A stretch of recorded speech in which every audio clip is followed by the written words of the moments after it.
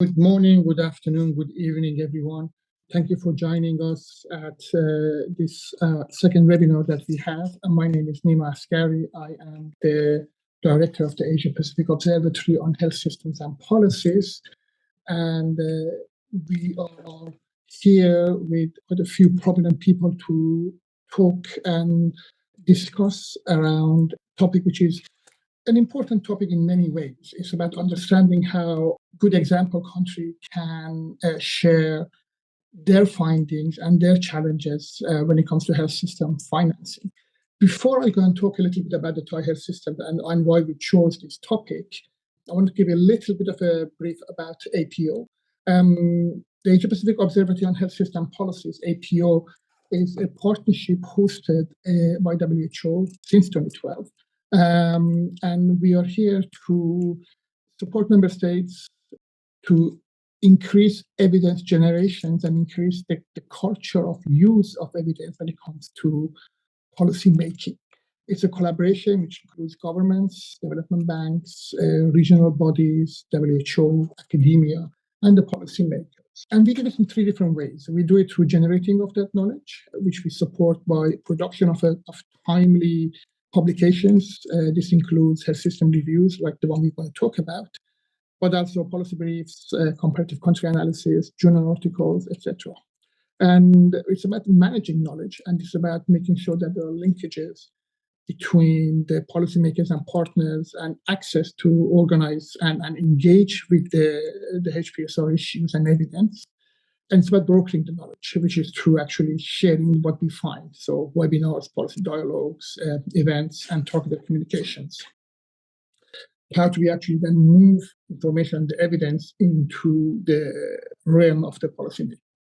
So we talked about webinars, and today's webinar is about the Thai health system and how it achieves its health and equitable outcomes at a lower cost, especially as we go through the session we're just going to talk about through how the management regards to the current financial challenges. Viroj really doesn't need an introduction. He is a founder of the International Health Policy Program in Thailand, which is Ministry of Health's think tank when it comes to health policy issues. But he started this clinical work back in 1980.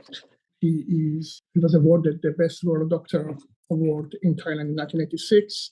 And then he moved to the realms of policy, getting his PhD from London School of Hygiene, and being very much a global expert when it comes to many aspects of the health sector. For those who don't know, he was one of the co-chairs of the International Negotiating Body for Pandemic Treaty, which was just agreed a couple of weeks ago.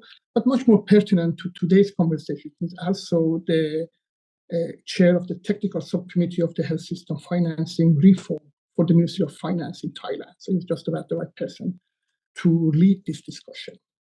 Our discussions are for very prominent people. I'll go and introduce them as after the religious conversations, but just to say that we have Dr. Indu Bhushan from India, Dr. Somil Nagpal from World Bank, who is covering Indonesia, Professor Barbara McPake, who was the co-director of the Nossal Institute, and Mr. Luis Vinales Torres, who is the director of the Division of the Health System and Services in WHO Wipro. So with that, can I hand over to Viroj? Thank you, Nima. Thank you for the introduction. Thank you, all the panelists, and thank you, APO, for this webinar.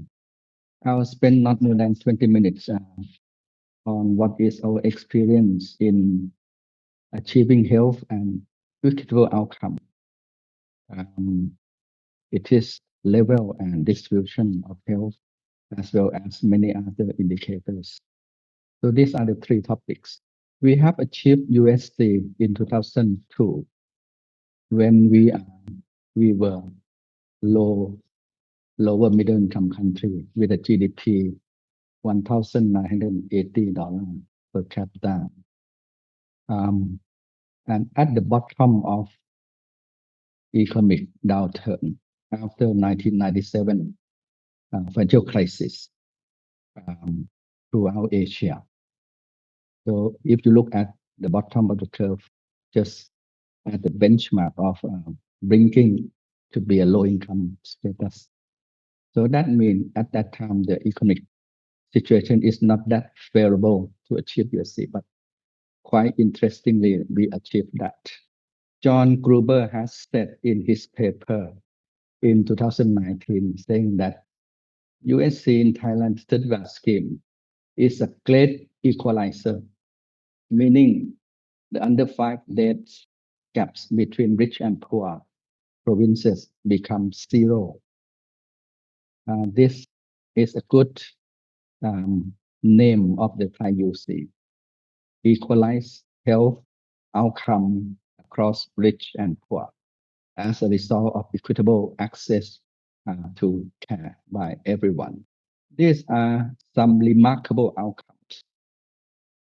Life expectancy at birth increased from 60.6, 70.6 in 2000 to 77.2 in 2019. I'm also declined from 19 to 7 per 1,000 live births. Under 5 death declined 22 to 9, and MMR from 43 to 37 per 100,000 live births. All these key population health outcomes are higher than average of EAP, excluding high-income country as well as upper middle-income country for which we belong to.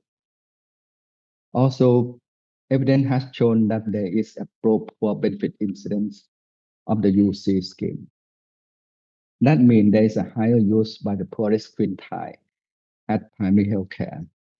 And also, high use without services is not possible. So that means there's adequate funding to primary health care because NHSO contracts primary health care network, not a standalone district hospital, but a network of primary health care, which we define as a sub-district health center and district hospital.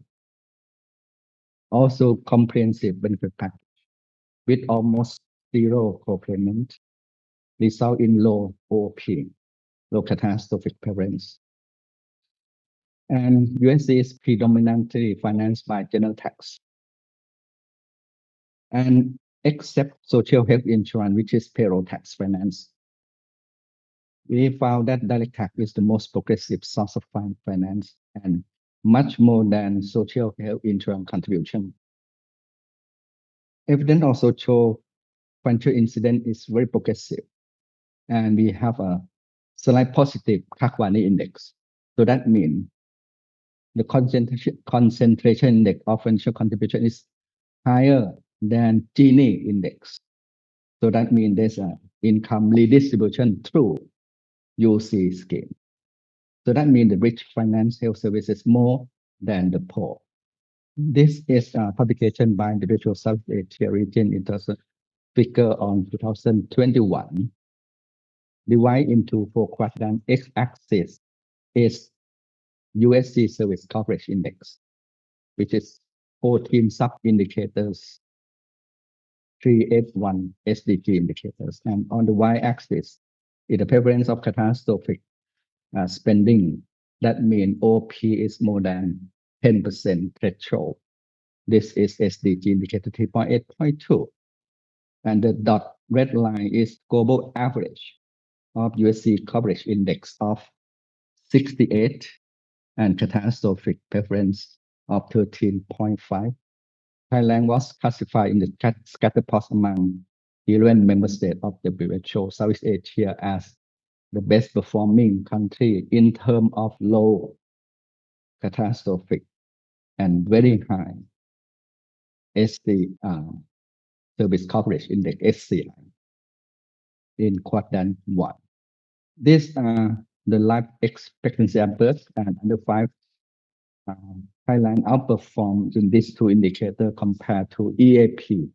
Of course, exclude Japan, Singapore, Australia, New Zealand, high-income country in East Asia Pacific, and UMIC. Look at this indicator is quite favorable. Under 5 is at the bottom line, and life expectancy at birth at the top line. In 2019, Thailand current health expenditure per capita and also as percent of GDP is low relative to upper middle income country groups. For example, we spend $296 per capita, or less than 4% GDP, while EAP spent 414, UMI spent $555 per capita. And if we measure by as percent GDP, it's much higher. So Thailand is outperformed in terms of lower cost with high health outcome. So that means some classic intrinsic capacity in the health system. I would define as a health system endowment that we'll talk later. After USC was achieved in 2001, 2002, the yellow part, which is OOP, out-of-pocket payment by household, has reduced gradually from 34% in 2000 to merely 9% of CHE, much lower than comparator country. This is because the comprehensive benefit package and almost zero copay in the UC scheme, which cover 75% of Thai population. Also, GGHE, General Government Health Expenditure Domestic, as percent of current health spending also increased. You have to note that on the black portion of the graph, other source of spending also increased, mostly the middle income household spending on private health insurance. GGHE in 2019, as percent of GGE was something 15%. If you look at Thailand, GGHE as percent GGE in this here is higher. So that means government has commitment, not verbally, but financial commitment as well. OOP decreased from 30, as I said, 34% in 2000 to 9% in 2019. This is the predominant public finance USC, both government employee scheme, social health insurance contribution, and UC scheme. Unmet need, we compare ourselves with OECD average. OECD average, 26 member states of OECD. In 2021, the average of medical care need was around 2%. We replicate the work of OECD since 2011 by introducing unmet need model in the health and welfare survey conduct every 2 years by National Statistic Office. And every 2 years, we can produce unmet healthcare needs. This is more or less on par with OECD average and much better than other OECD, which is, for example, Estonia, Greece, Slovenia, whereby the unmet need is much higher at 8%, 6%.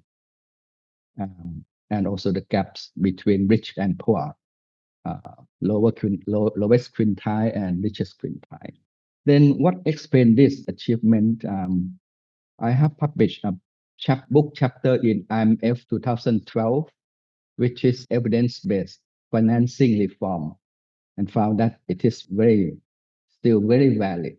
Health system capacity and resilience matters. There are at least 3 parallel synchronized reform. First, primary healthcare extension since 1997 until full coverage of district hospitals in all 600 districts and sub-district health center in all 8,000 sub-districts nationwide. This full geographical coverage is the foundation of the implementing USC with adequate service, availability, and utilization. Second strand is health workforce development. Thailand has applied well before guideline by WHO on retention strategies. We introduced comprehensive multiple strategy applied since 1970s. expansion of training capacity. We cannot rely on university training capacity. So MOH start to have its own nursing college, and we have published quite good number of papers on health workforce policy. The policy application is rural recruitment and hometown placement. You come from this hometown, you speak this dialect, you go back to your hometown. So they have longer retention. 3-year mandatory rural services for MD, DDS, B, Bachelor of Nurse, and B Farm since 72. And also exposure medical nursing student to primary healthcare at the clinical year and introducing interprofessional education, and also introduce significant financial incentive and non-financial measures. So these are the blend of interventions. Finally, on Financial Risk Protection Act extension, it's a long march since 1975 that we start with targeting the poor and introduce informal insurance, voluntary health insurance for the informal group, formal sector, government employee, and social insurance in 1990, and achieve universality in 2002. Of course, we have competent and well-trained workforce should be under two.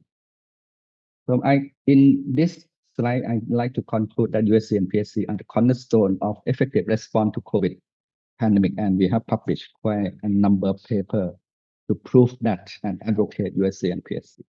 Second is governance matters. There is a participatory and responsive governance of UC scheme. Although we have quite uneven social insurance and CSMBS, which is managed by Finance Ministry, there's no participatory governance mechanisms. We have multi-stakeholder, including NGO, 5 NGO in the 30 members of the governing board of the UC scheme chaired by Minister of Health. We have 8 ex officio. We have 7 experts. I'm one of them. I'm sitting one of the 7 seats there. We have 4 local government representatives, 5 NGO, and 4 professional council, and 1 private hospital association. From the political economy that I observed during the last 1.5 years, 2 or 5 years,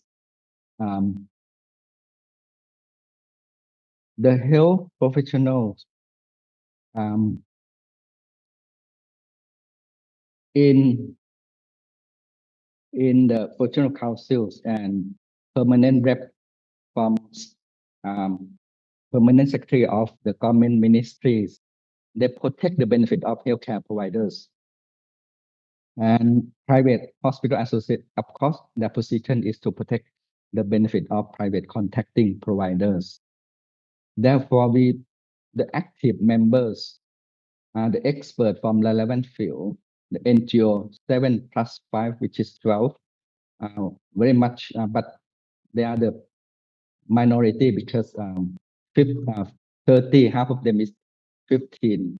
So these are only 12 that many policy to safeguard the benefit of the UC member is mostly advocated by experts from relevant field and also NGO. Financing design matters. We introduced purchaser provider split. Actually, CSMBS and SHI has its own purchaser organization, and NHSO is the last major purchaser for 47 million population. The supply side budget allocation was totally curtailed. So that means services budget is and funding rely on the demand side financing. There was a strong resistance from the MOH since then, since 2002 until yesterday, and it will continue next many years, because before MOH hold the budget power, now NHSO take over this financing power. Strategic purchasing and will result in improved efficiency and content cost. We introduce cost and budget. We have major capitation for OP majority. of spending is capitation or for OP and DRG under global budget for IP, and contracting primary care and which enable access to all specialties, especially in Q1. Except for service for CSMBS outpatient services with significant cost increase. I have one slide on that.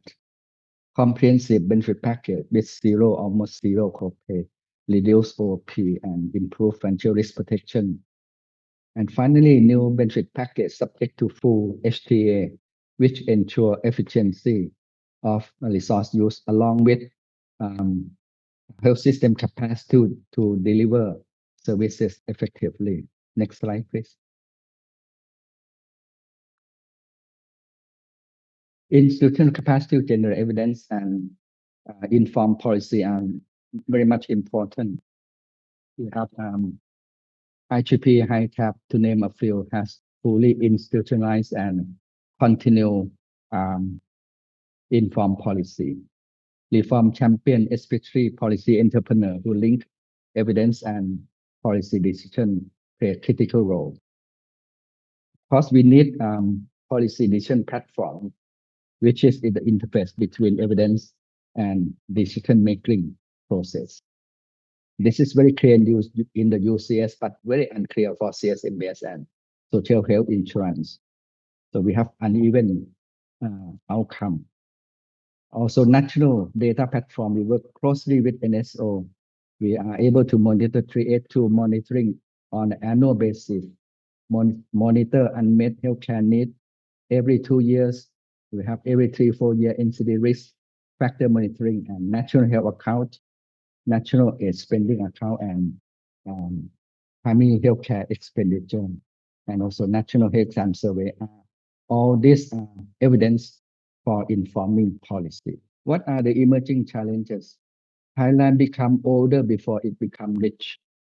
Compared with Japan, Japan spent 24 to 25 years to emerge from aging society to age society, which is a benchmark of 7% of their population over 65 years from age to aging society. And the benchmark of 21% is the super aging. Thailand spent a shorter duration, only 19 years. And our GDP is much smaller than Japan. So that means in long term, we might not be able to finance the older population who use more services, they have multiple comorbidity, they have NCD, they have disability. Not only health, but social care services also are challenging for Thailand in the light of rapid demographic transition. Very low effective coverage of DM hypertension as measured by A1C, hemoglobin A1C, and effective control of blood pressure, and also high admission of ambulatory sensitive care. You look at 2016 to 19 for the first upper panel for DM and lower panel for hypertension. Only net benefit is 15.7% for hypertension, well controlled, and 11.7% for diabetic, which hemoglobin A1C is under 6%. Most outstanding is the SMBS, which pay outpatient on a fee-for service with supplier-induced demand. That spending is 4 times per capita higher than UCS and SHI. So this is gross inequity and gross inefficiency in the CSMBS, the green bar between 2022 and 25. So what we are doing? These are the current response, the final slides. We are aware and acknowledge the problem and ready to act based on evidence. We have to estimate resource implication and curb down the low value care.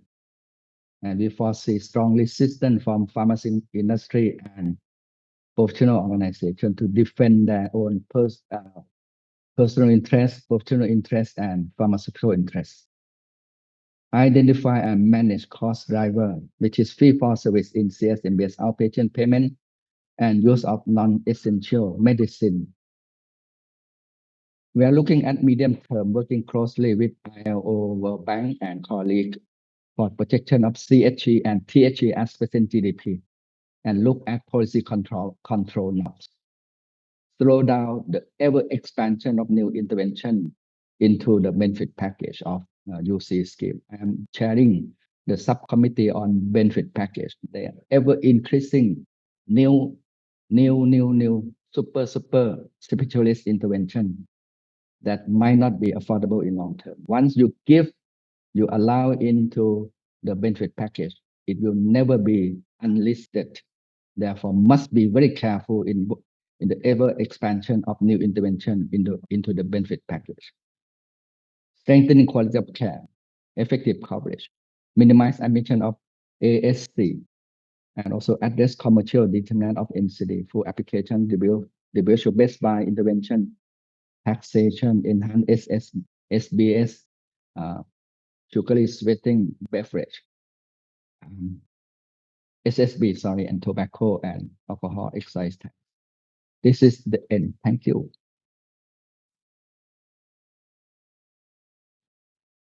Thank you, Viroj. Thank you for that very comprehensive presentation.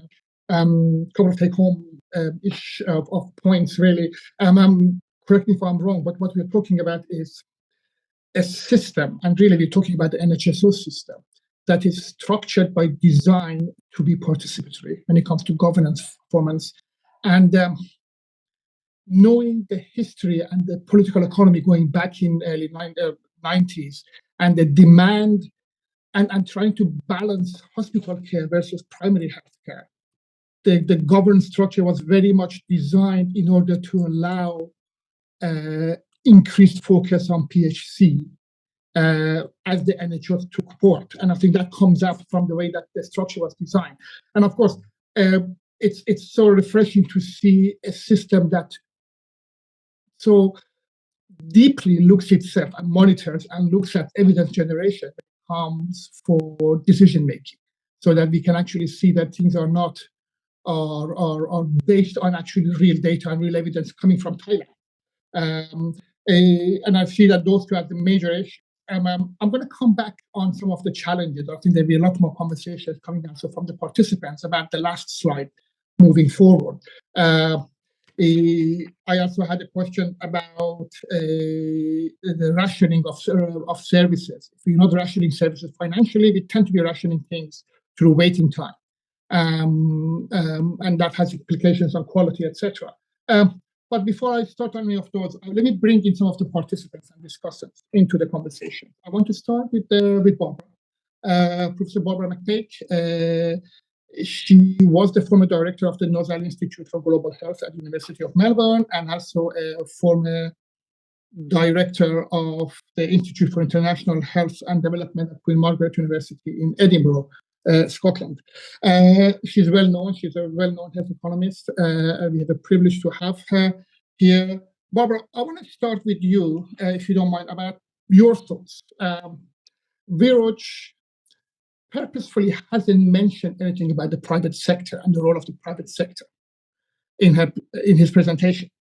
And I mean, what we can see is that the private sector really hasn't had that much of a role when it comes to UHC in Thailand. That obviously is not the case in many of the other middle-income countries in Asia Pacific. There is a strong private sector role. What the Thai government has, in fact, they've regulated. So, what are your thoughts? How can we link and pick up lessons that you think are important when it comes to the private sector, and how can Thai learn from others? How can others learn from the Thailand model? Over to you. Yeah, thank you very much, Nima. And I think this is something that is really important, and because the private sector doesn't play a major role in UHC in Thailand, or doesn't seem to, there may be an assumption that Thailand is somehow different from the other countries in the region and they can't learn from it. But I think what is missing from that is thinking about why Thailand doesn't have such a strong private sector or such a booming private sector as some other countries in the world do. And I think this is very clearly related to the fact that they do have a very strong public sector. And it illustrates the idea of regulation by competition, that if you have a strong and competent public sector that people are happy to use, you don't get particularly the informal, unreliable, quality problematic private sector that so many countries in the region have, and that are incredibly difficult to regulate if you don't have a public sector alternative. I'd actually would like to go back to long before the 2002 achievement of universal health coverage in Thailand, to a time when Viroj and I were colleagues at the London School of Hygiene. And Viroj worked on our public-private mix network that we were working on together at the London School. With another colleague, Sarah Bennett, wrote a paper about the private hospital sector in Bangkok at the time. And if you were to read that paper, and it's still available, you can dig it out, it tells you about a booming private hospital sector in Bangkok with lots of the problems that we see around the region. Fast growing, very popular, poorly regulated, because it's very difficult to regulate when you have willing buyers and willing sellers. It's very difficult for government to get involved and regulate. It's a bit like illegal drugs. They'll pop up where you're not regulating. Questionable quality as a result, and questions being raised about the conflicts of interest around the governance of the health system, given that many of the politicians at the time had stakes in the private hospitals in Bangkok and probably in other cities in Thailand as well. So I think those are characteristics that everyone on the seminar from other countries in the region will recognize as issues in just about every other country in the region. And yet now Thailand doesn't have those issues to anything like the same extent. I won't say they're completely absent in those kinds of problems, but we don't have to think about the private sector too much at all when we look at these amazing universal health coverage achievements. And I would just really like to emphasize that that's because if you can build the kind of strong public sector based on a strong primary healthcare foundation, so that you also need to avoid a hospital-centric system, because the public sector can't afford that. And I think that relates to some of Viroj's final comments about allowing all kinds of fancy new interventions to suck up the funding of the system, and a hospital-centric system will do that with much more power than a primary healthcare-centric system will do, and you can avoid that. And I think that is an argument that I hear all over the region when I talk to people, that we have all this capacity in the private sector. Why aren't we using that for universal health coverage? And I always point people to Thailand and say, look at how building a strong public system both helps you regulate the sort of worst characteristics of the private sector, but also means that you have a public sector-led system. And that doesn't mean that you can't have the private sector playing a complementary role. So Viroj also mentioned the fact that middle-class people in Thailand do buy private health insurance, and presumably that is largely to access private hospital care, where some of the things that the public system has to ration are available that would not be available to everyone. I think that's not really a problematic scenario if what's in the public system is the vast bulk of what people need, and what in particular controls people's out-of-pocket spending. Because also related to this absence of a strong, rampant private sector are these fabulous out-of-pocket spending results that Viroj reports, that if the corollary of that strong private sector is it's being funded through people's out-of-pocket payments, and the implication of that is that many people are being impoverished by having to dig into their pockets for things that are not being made available in the public sector.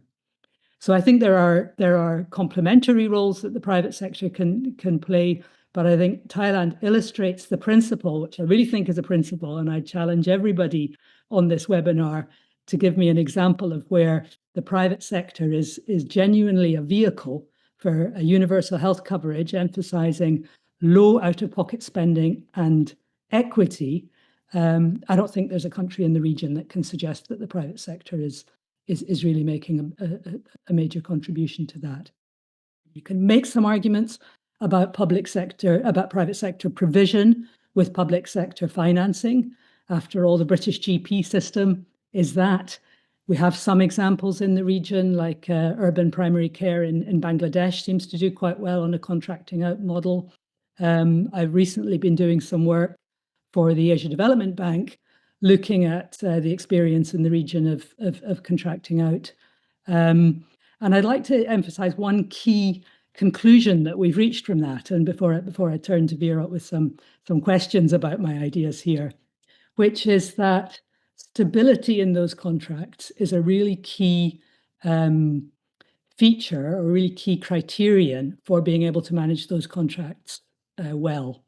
And again, it's a problem that Bangladesh has, and perhaps some of our Bangladeshi colleagues on the call can comment on this, that instability in those contracts, in particular, the politicization of who gets awarded those contracts, tends to mean that all the providers awarded those contracts have only a short-term interest in getting as much money as they can out of it, and then knowing that they'll be replaced by somebody else next with the next government.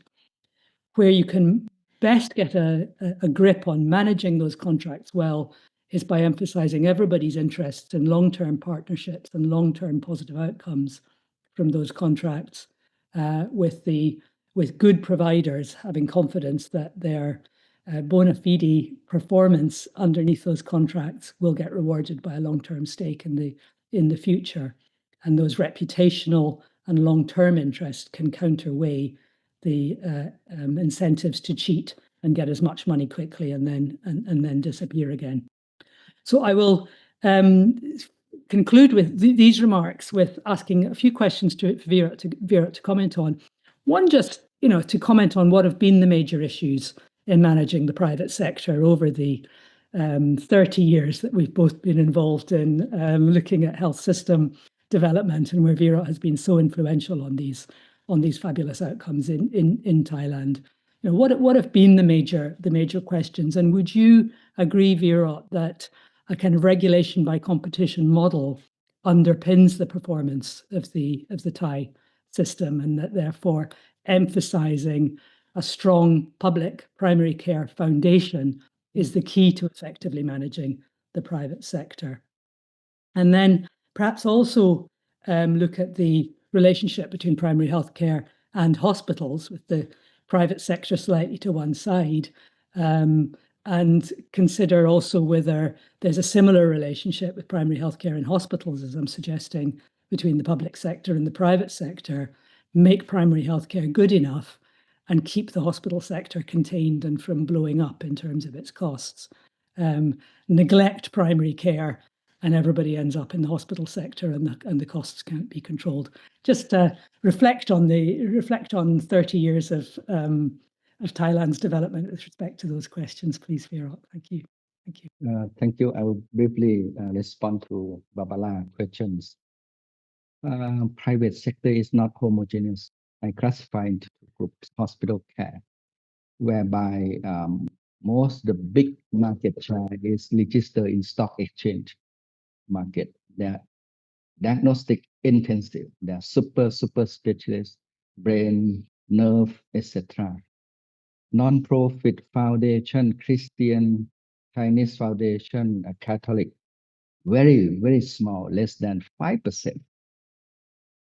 And the remaining are smaller, affiliated with provincial hospital doctors, time sharing out of official hours, office hour. So this non-homogeneous market of the hospital private sector. Now we have a primary care private clinics, small, some are network, bigger size with chain. They have more economy of scale because they purchase medicine in a bulk and share Also, hospital, they have a bulk purchasing across the network of hospital chain. We have pharmacy, we have nursing clinic, we have physical therapist clinic, etc. NHSO welcome and provide equal contractual agreement in contracting out on contracting them as a providers network too, with an equal payment the same, and this keep their mouth shut that they are not unequally managed or treated compared to public.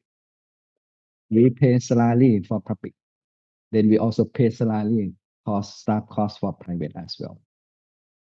The challenge is how we regulate them. They can abuse a lot. For example, most of the hemodialysis centers are private in public. Doing good business, they can supply induced demand by unnecessary or dialysis or preemptive cataract surgery or unnecessary CAG, cardiovascular angiography without stent insertion.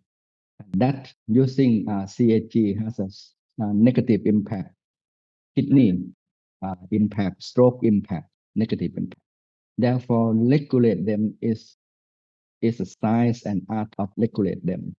And if NHSO lost sight, they would cheat you.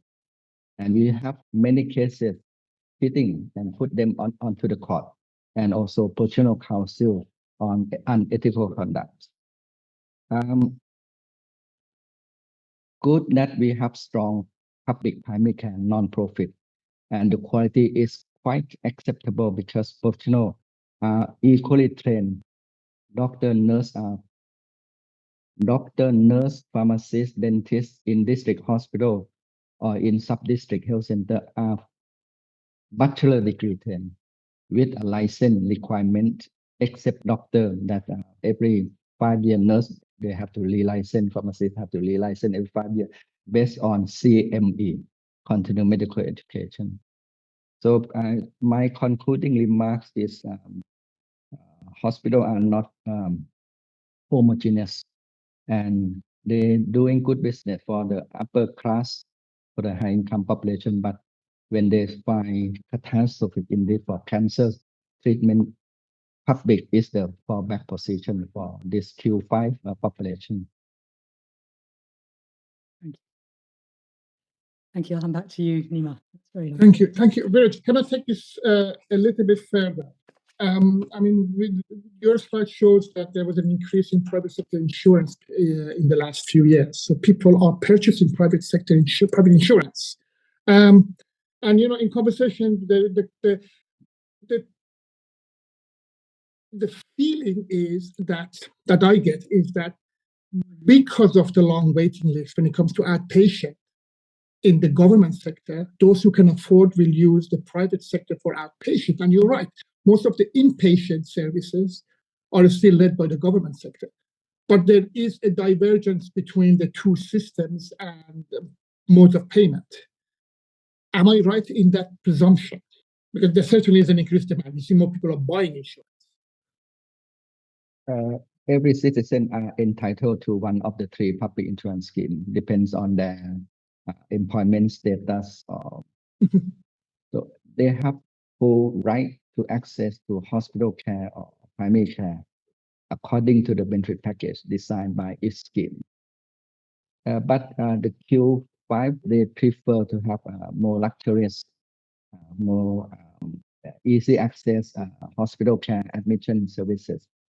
And the claim proportion compared to premium increased rapidly.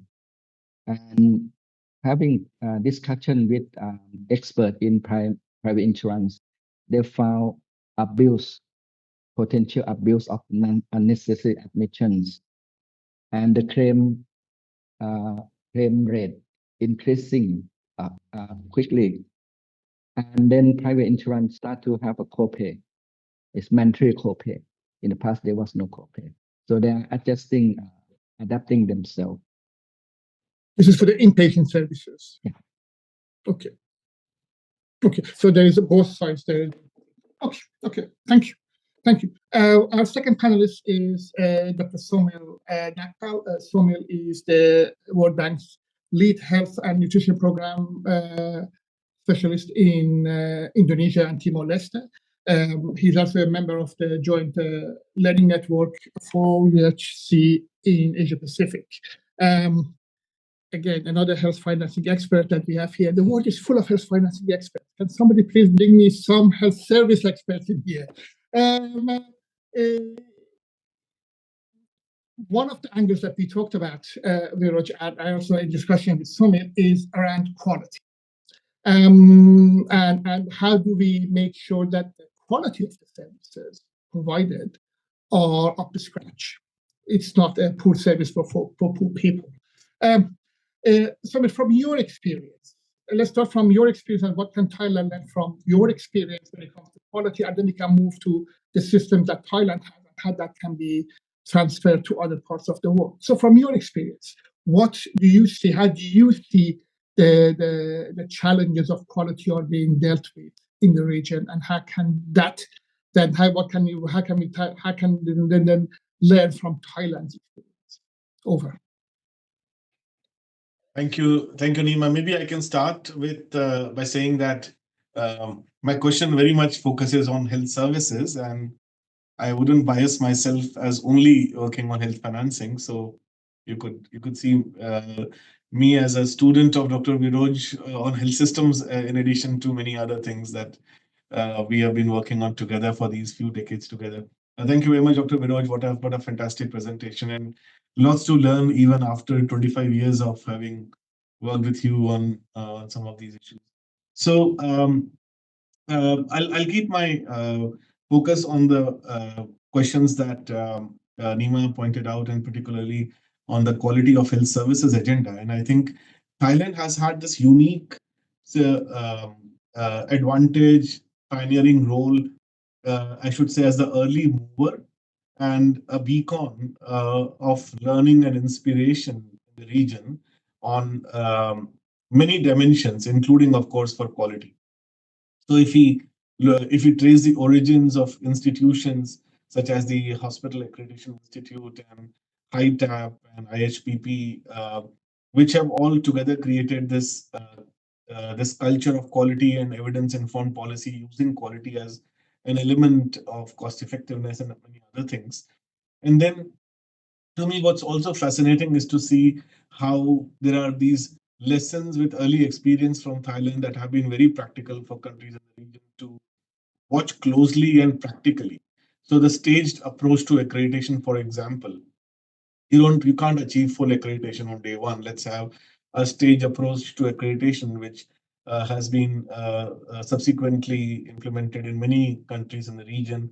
The blended capitation model, which was recently, of course, appreciated and lauded by the Lancet Commission on Financing Primary Healthcare as the appropriate model for middle-income countries, which has been the way the capitation system was designed in 2001.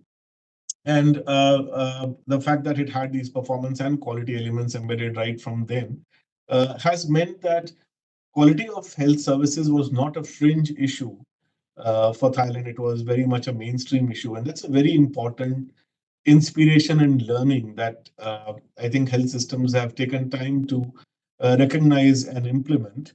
But then, if I then see examples in the region from the performance-based interfiscal transfers called Beoka Kinerja in the last few years in Indonesia, or the performance-based capitation under the health insurance program Jaminan Kesehatan Nasional, or JKN, in Indonesia, as well as even programs in some of the low middle income countries in the region. The National Quality Enhancement Program, again, another interfiscal transfer to the facility level in Cambodia, and the Quality and Performance Scorecard in Lao PDR.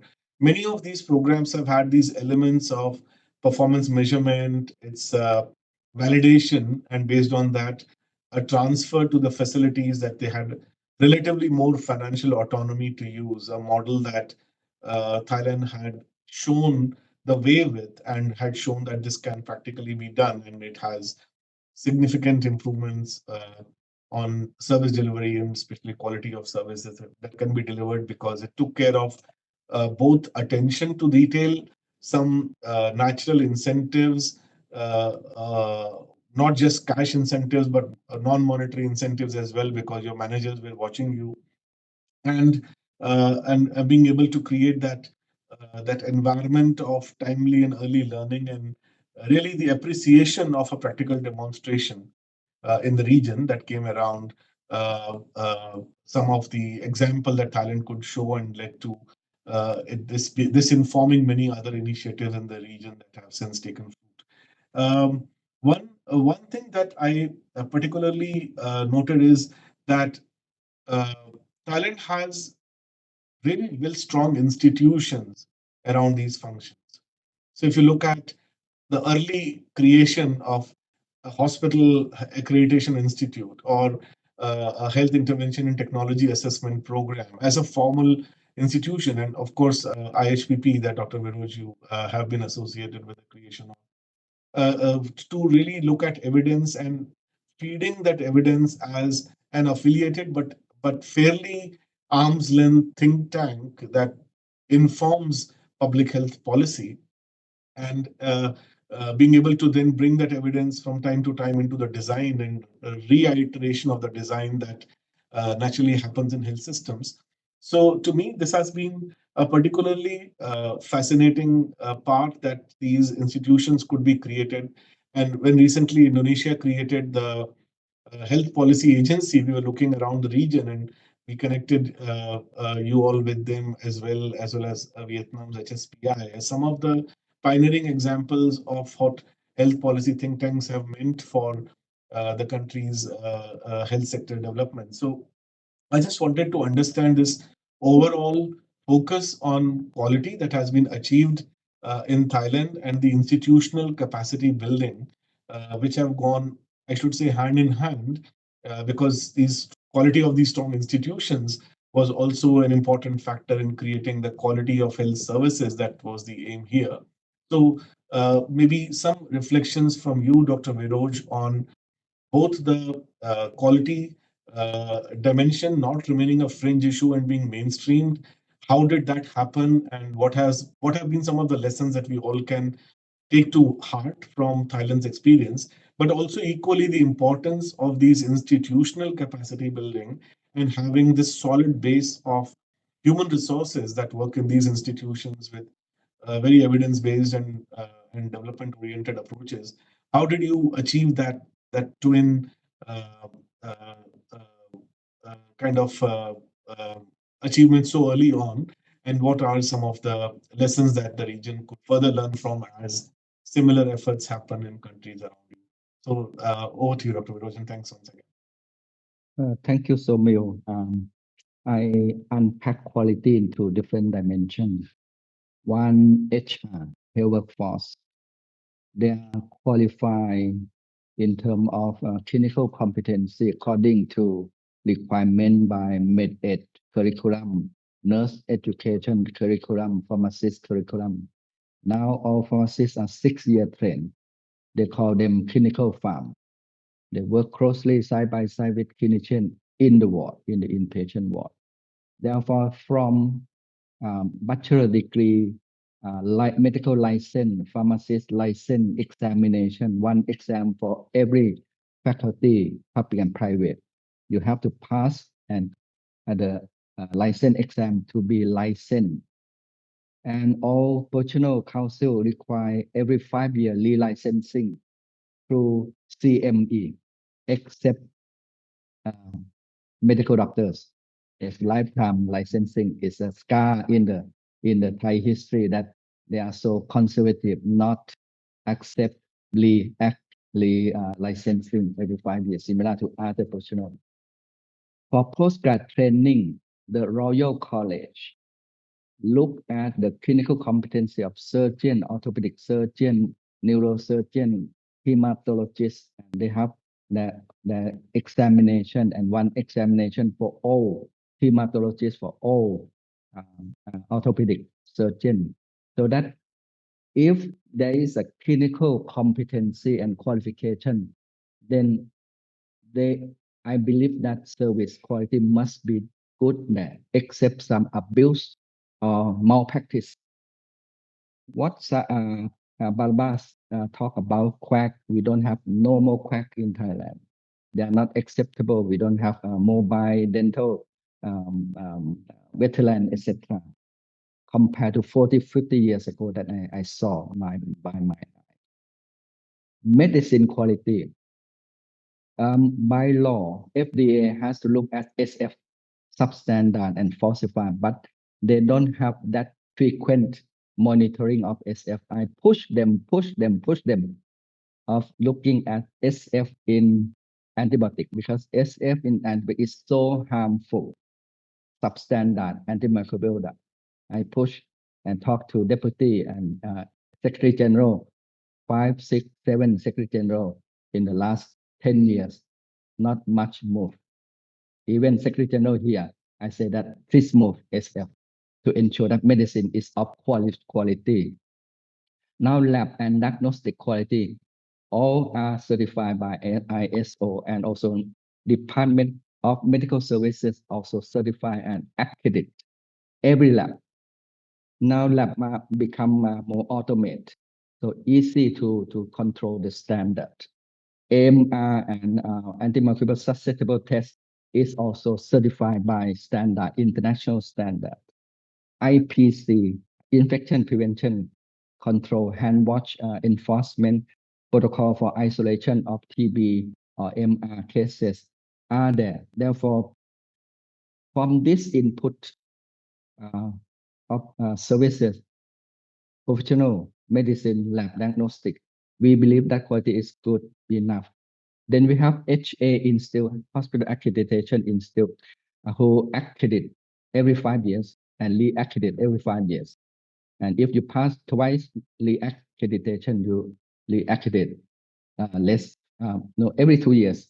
And if you pass twice, you have a longer term of accreditation process. And hospital love to have being accredited. And HA Institute is registered as a public organization, is a parastatal by law. Therefore, I believe that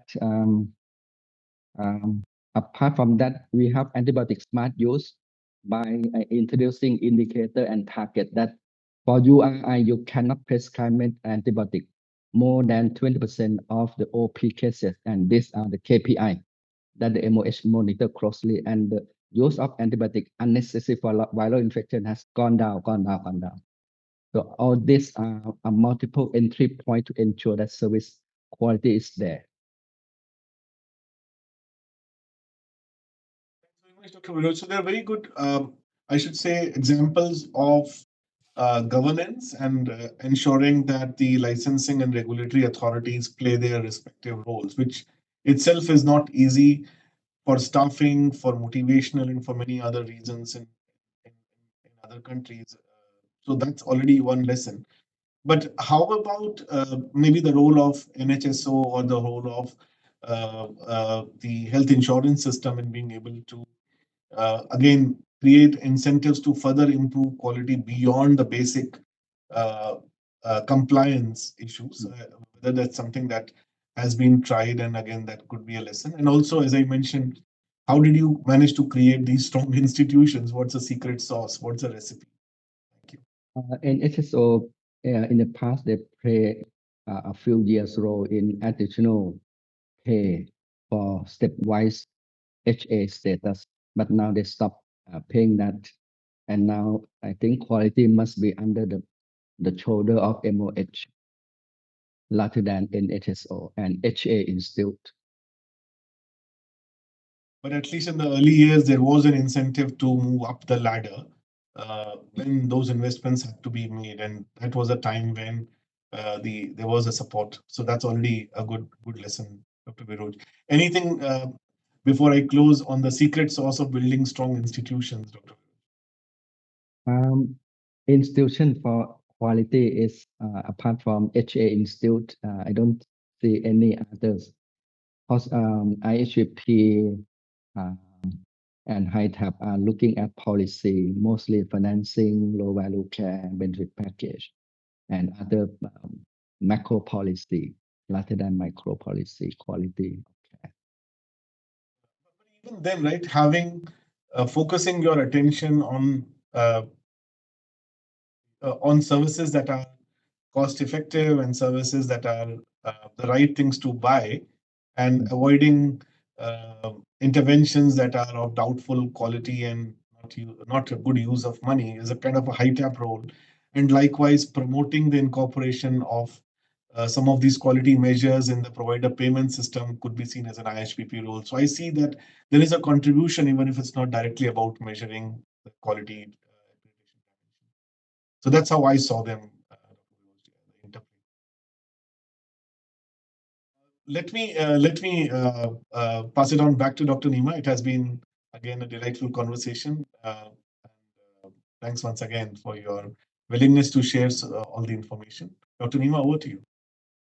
Thank you very much, Somil, and thank you, Viroj. We are running out of time. We've got two more panelists.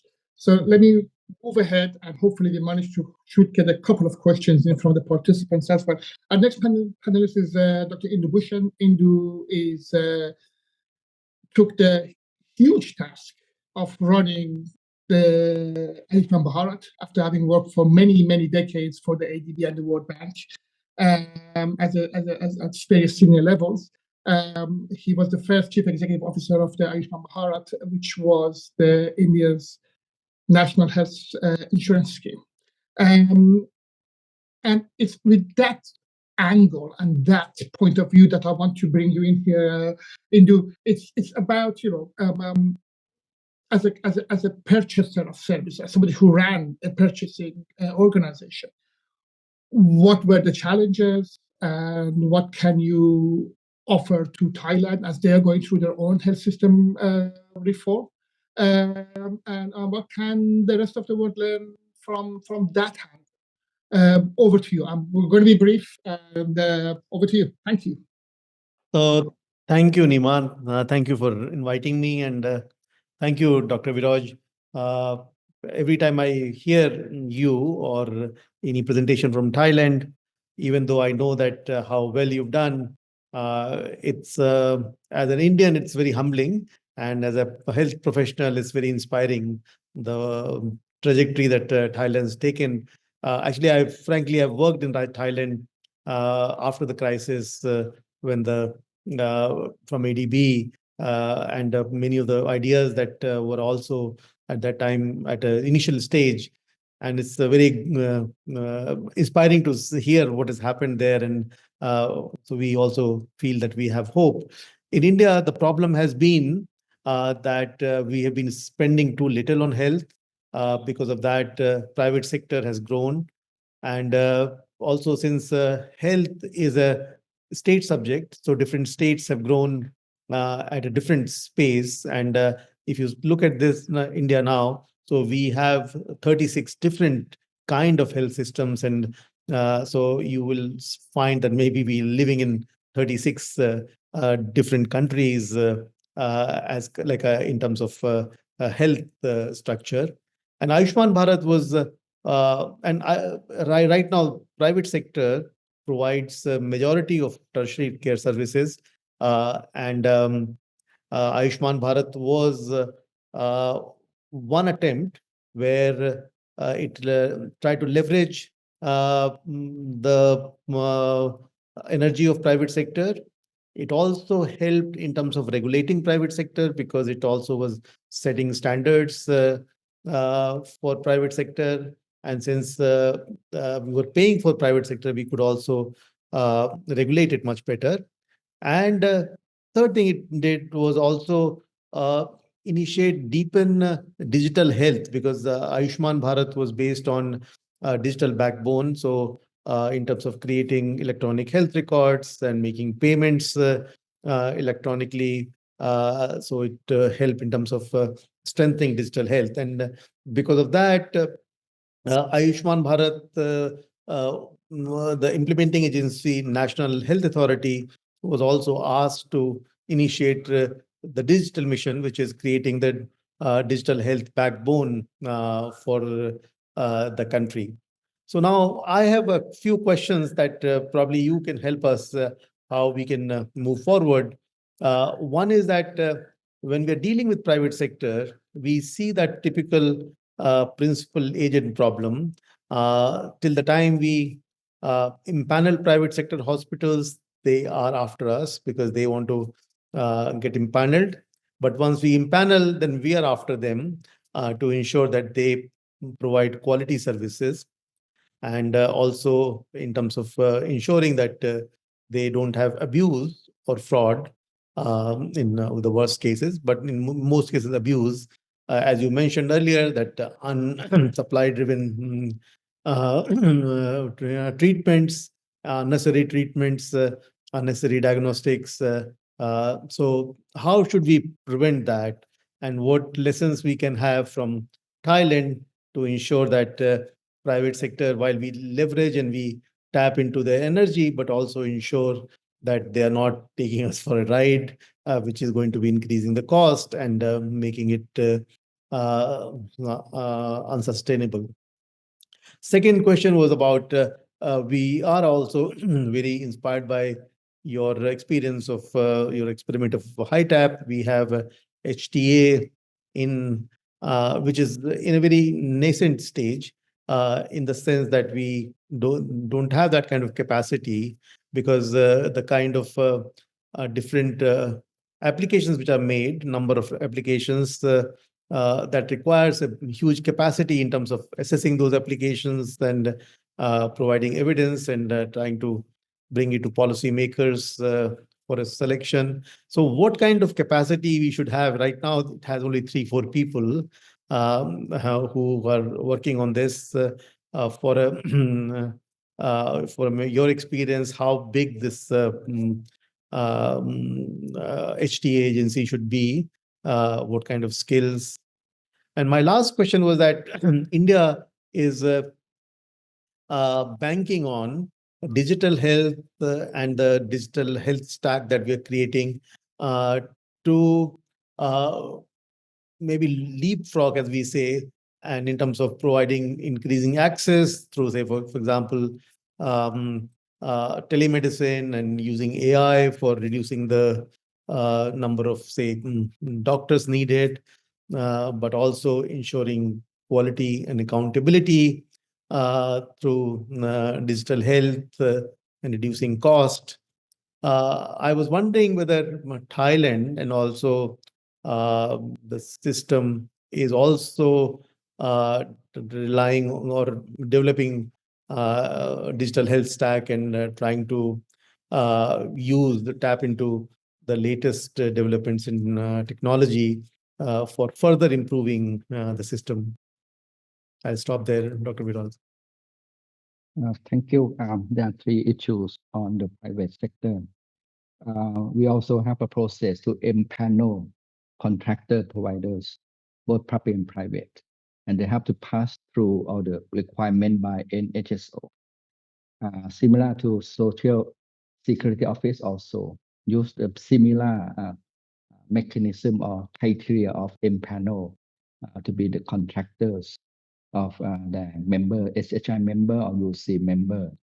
I don't know how rigorous for CS, MBS, MOF, Finance Ministry, Comptroller General Department management on the empaneling of the hospital. But if hospital being empaneled by NHSO, they just free riders.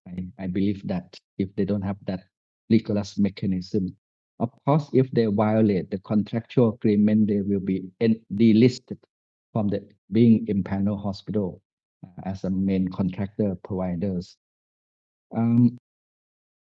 We have different mechanisms. We believe that the quality must be regulated through medical record, but we don't have that capacity to audit all or some proportion of the medical record. Then NHSO, who are the purchasing agency, look at potential abuse under DRG system, so-called DRG clipping by adding false diagnosis.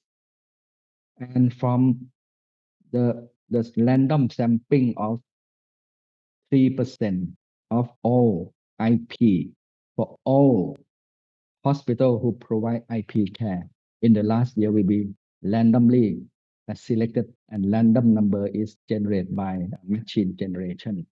Therefore, amazingly, it is the over-coding is 13.3%. So we will ask money back because we have paid. This is post-payment audit.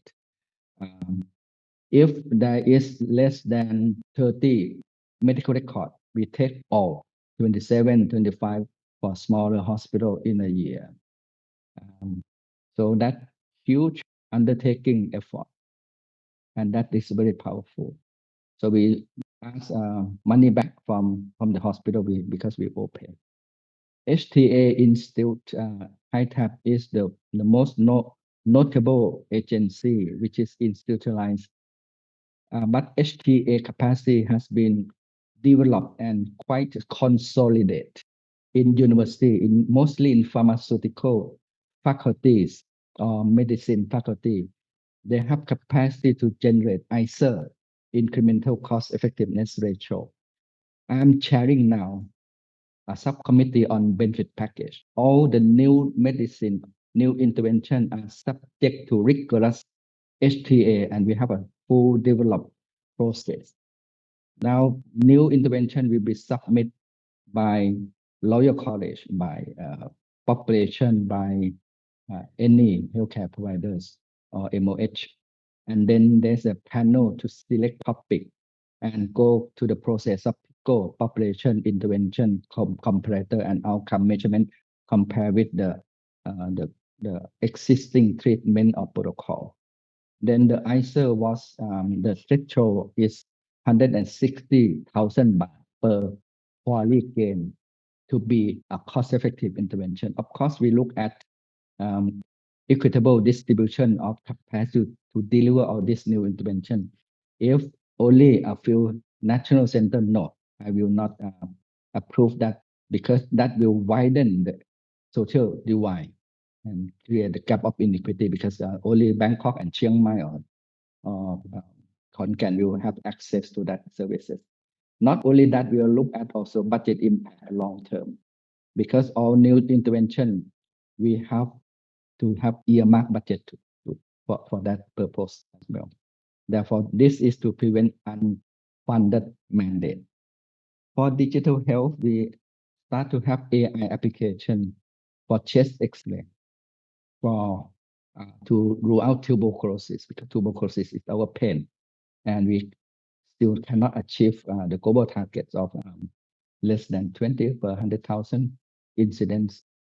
So AI was applied, and telehealth for prisoners is widely implemented, and teleconsultation for remote island area also fully.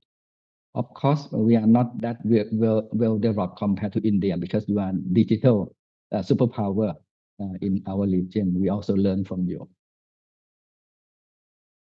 Thank you, Dr. Viroj. So I give it over to you, Nima, because we are running short of time. Thank you, India, and thank you for your questions. We have time. I'm going to hand over to Luis. For those of you who don't know, Luis Villas-Torres is the Director of Division of Health Systems. He's got over 25 years of experience working with almost everyone and anyone when it comes to international health sector, including most of our competitors in WHO. Luis, I'll hand over to you, and then hopefully we'll have some time. I've asked for an extra few minutes if people want to stay, so that we can ask some of the questions which is coming from the audience. But over to you, Luis. Thank you. Thank you very much, and good afternoon, everyone. Good evening and good morning. Viroj, always a pleasure. I don't want to keep adding more nice words to you. Always a pleasure to hear, always learning. And it is fantastic to hear you. I have, because in interest of time, I'm going to limit myself to a couple of comments and a question. It's difficult after you to keep adding additional knowledge on Thailand, but a couple of reflections from what other countries in the region could learn additionally on Thailand, apart from many of the things that you have said. The first one, and you have mentioned it, but I think the work on HR retention, and I'm going to focus on HR, it has been particularly good. You have mentioning the few of the policies that Thailand have done to improve retention. And this, as you have said at the very beginning, no? And I like to claim to say the boring initial journey. I say boring because was a supply side increase of facilities and increase of availability of HR. It's probably the most fundamental part of the success of Thai's story. And then I want to quote a number here. The number of nurses and midwives, it has increased 3 times in 20 years. So there is a clearly investment on nursing and midwives. And I see that is some number and policy that I think other countries in the region should look at, particularly when we have huge problems of maldistribution and the fact that either because of the private sector or most of the HR concentrated in cities follow a hospital-centric model. The second point I want to make is I think it's a very interesting and unique, which is why and how Thailand have through collective leadership has put the interest of the user above the interest of the providers. That's a very interesting feature. Many policy making in the region is captured by the interest of providers. And somehow this is mixed with the interest of health authorities.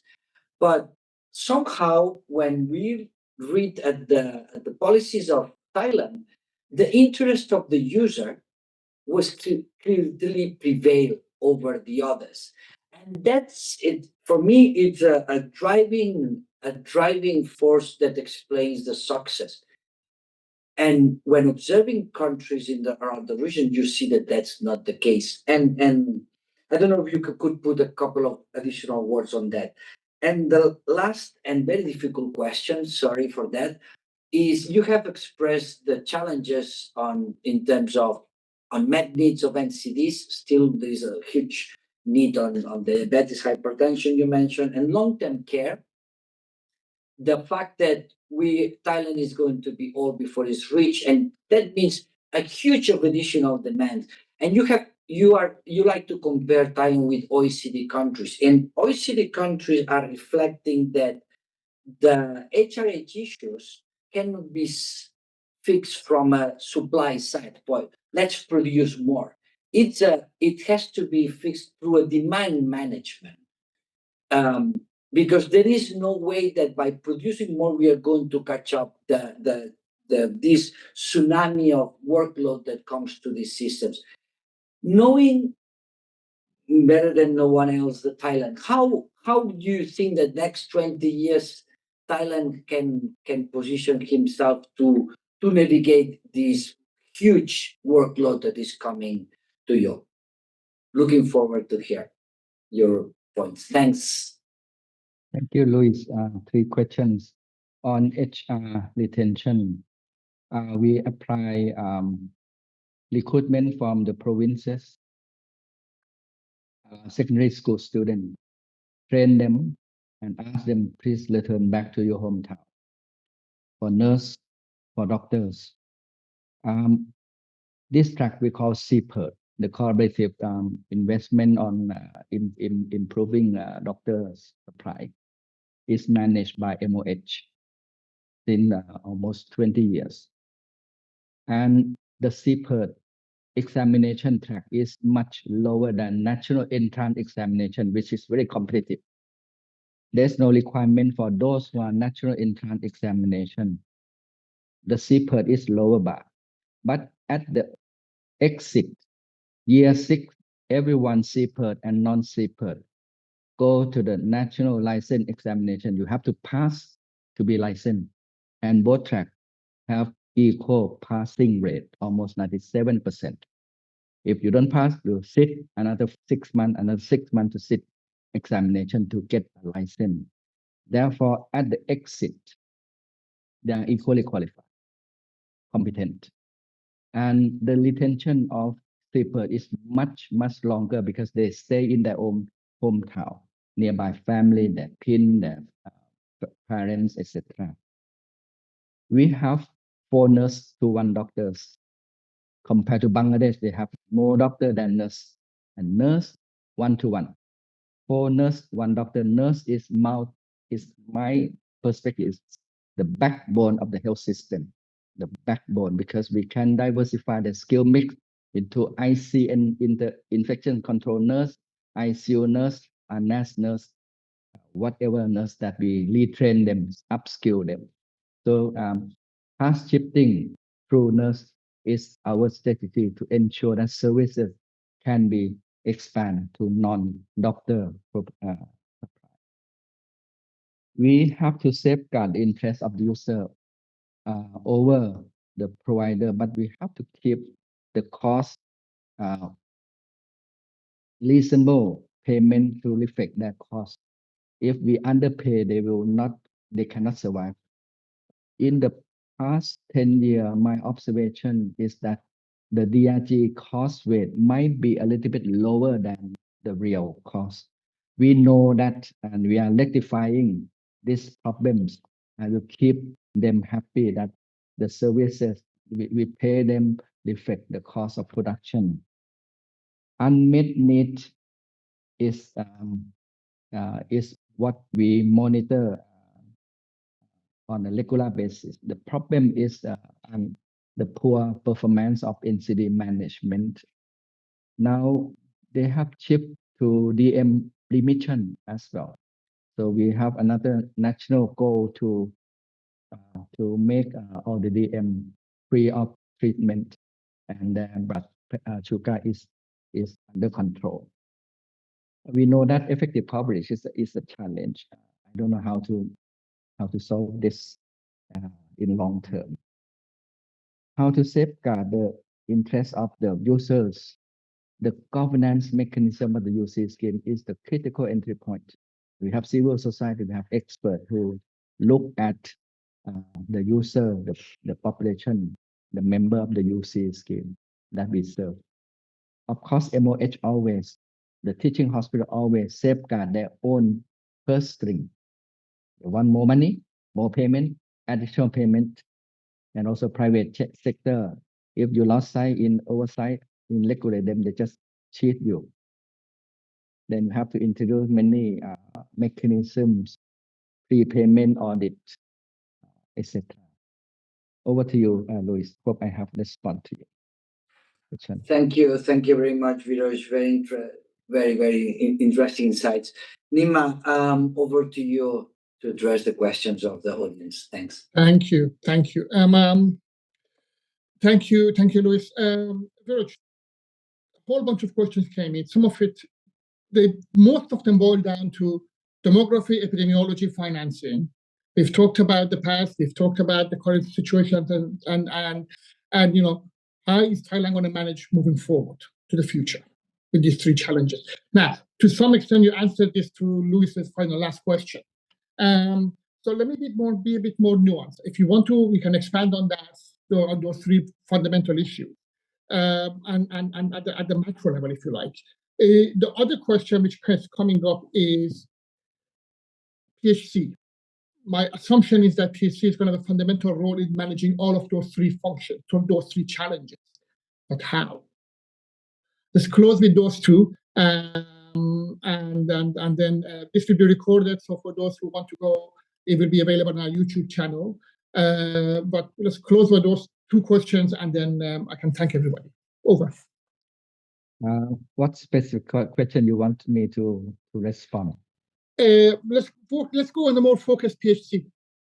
Yeah. How do you see PHC evolving in Thailand, knowing how well established it is, in order for it to manage those 3 mega challenges: the elderly, the NCD, epidemiology, and let's assume a cut in the percentage GDP going to the health, or at least a stagnation. Primary care is the entry point for equity achievement rather than hospital care. Then I think strengthen primary health care that is qualified to catering health needs with proper referral, with efficient referral to hospital care.